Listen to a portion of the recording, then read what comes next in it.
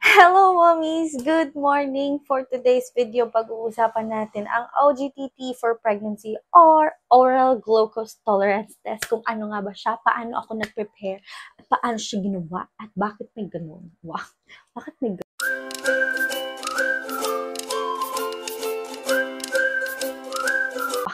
Bakit may ganun? So, ayan. Ni-request pala ako ng OB ko na mag-OGTT kasi nga daw para malaman kung may gestational diabetes ako. And sabi niya, kung maipasa ko daw yon, no more restriction na. So, nag-prepare talaga ako para sa test na to kasi kinakabahan ako. Kasi nga, meron ako nakikita na pag may diabetes ka, may daming turok. So, ayoko nun. Kasi nga, takot ako sa mga injections. And nag-prepare ako like, iniwasan ko muna yung sweets. Water therapy ako every day. Kung normal day ko is yung mga 5 lang na litro na yung iniinom mo or ano. Pero ako dinagdagan ko talaga yung inom ko. Kasi nakakaubos ako ng ganito for 5 for one day. And dinagdagan ko pa siya para clear lahat. And then, iniwasan ko din yung maraming rice kasi nga, 'di ba, may sugar din ang rice. Tsaka puro ako gulay. Gulay and meat. Yun lang talaga ang kinakain ko during that time. 1 week before. 1 week before, ay hindi naman 1 week kasi parang 5 days before my test. Ganon. And then, bawal sa juice. Bawal ako sa juice. And then, yung iniinom ko lang noon para hindi ako manawa sa tubig is yung Yakult Dutch Mill. Yun lang. Pero may sugar naman talaga yung Dutch Mill. Pero ano lang, minsan lang. Minsanan lang, hindi everyday, ganon. So, ayun lang. And, ginagawa ang OGTT for pregnant women kasi nga, kanina sinabi ko na for just para malaman kung may gestational diabetes, and ginagawa ito sa pagkuha ng dugo 3 times. Before kakuhaan ng dugo is kailangan mo mag-fasting for 8 hours. Yes, kailangan talaga mag-fasting. And after nun, kukuhaan ka ng dugo first kasi 3 turok siya. Then, yung una, kukuhaan ka and then papainumin ka ng juice na matamis, sobrang tamis. As in, nakaka-dry ng lalamunan, guys. Yun yung yun yung naramdaman yun yung naramdaman ko nung nag-OGTT ako. So, yung first, kuhaan ka ng dugo and then papainumin ka ng matamis na juice. And then after, parang orange juice lang siya, pero matamis, pero ayoko, hindi ko gusto. Yung iba sumusuka, pero ako, kinaya ko talaga kasi mahirap na umulit no? Siyempre, dapat very good para hindi na tayo paulit-ulit. Masakit kaya yung turo. So, ayun, after nun, naghintay ulit ako ng 1 hour. Then, pangalawang turok, kinuhaan ulit ako ng dugo, and then after 1 hour ulit, kuhaan ka ulit ng dugo.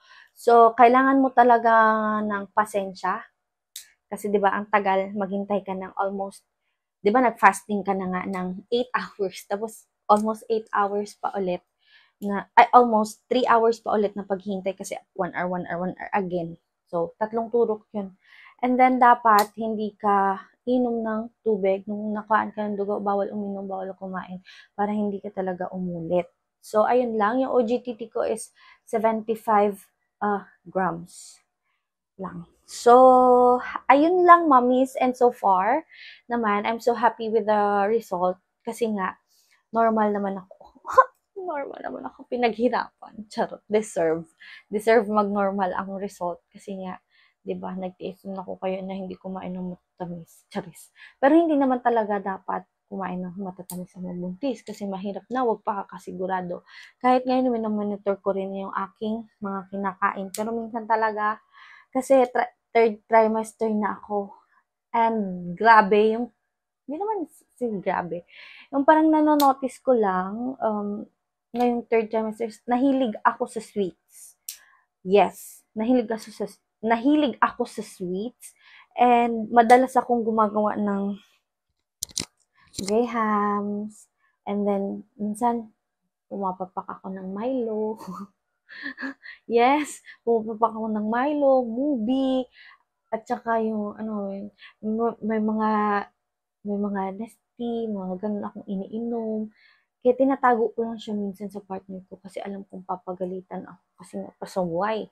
Kasi nga, bawal nga naman talaga. So, yun, kailangan pa rin nating i-monitor. Huwag tayong pakampante kahit normal yung ating result. Kasi, um, excuse me, magbabago pa yun. 'Di ba? Magbabago pa siya. Kaya, maging strict tayo sa ating mga cravings kasi at the end of the day, tayo lang din ang mahihirapan kasi nga tayo naman ang magpupush, 'di ba?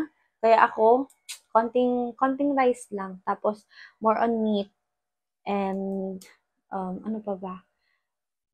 Iniiwasan ko talaga. Iniiwasan ko talaga yung mga, pero minsan talaga hindi kasi natin maiwasan kahit anong iwas natin kasi gustong-gusto natin siyang kainin, takam na takam tayong kainin yung bagay na to. At pag yung bagay, yung pagkain na to, tapos pag nandyan na, parang satisfied ka na, di ba? Pero pag hindi natin siya nakain, ay, nakakabisit. Parang ganun. Ganun yung feeling ko. So, ayun lang, mommies. Sana sa mga pregnant na mommy katulad ko and sa mga nagpapa-OGTT dyan, sana normal ang inyong result para healthy ang ating baby. So, that's all for today's video, guys. And see you on my next vlog. Pag-uusapan naman natin ang experience ko during third trimester. So, that's all for today, mommies. Goodbye! Mwah!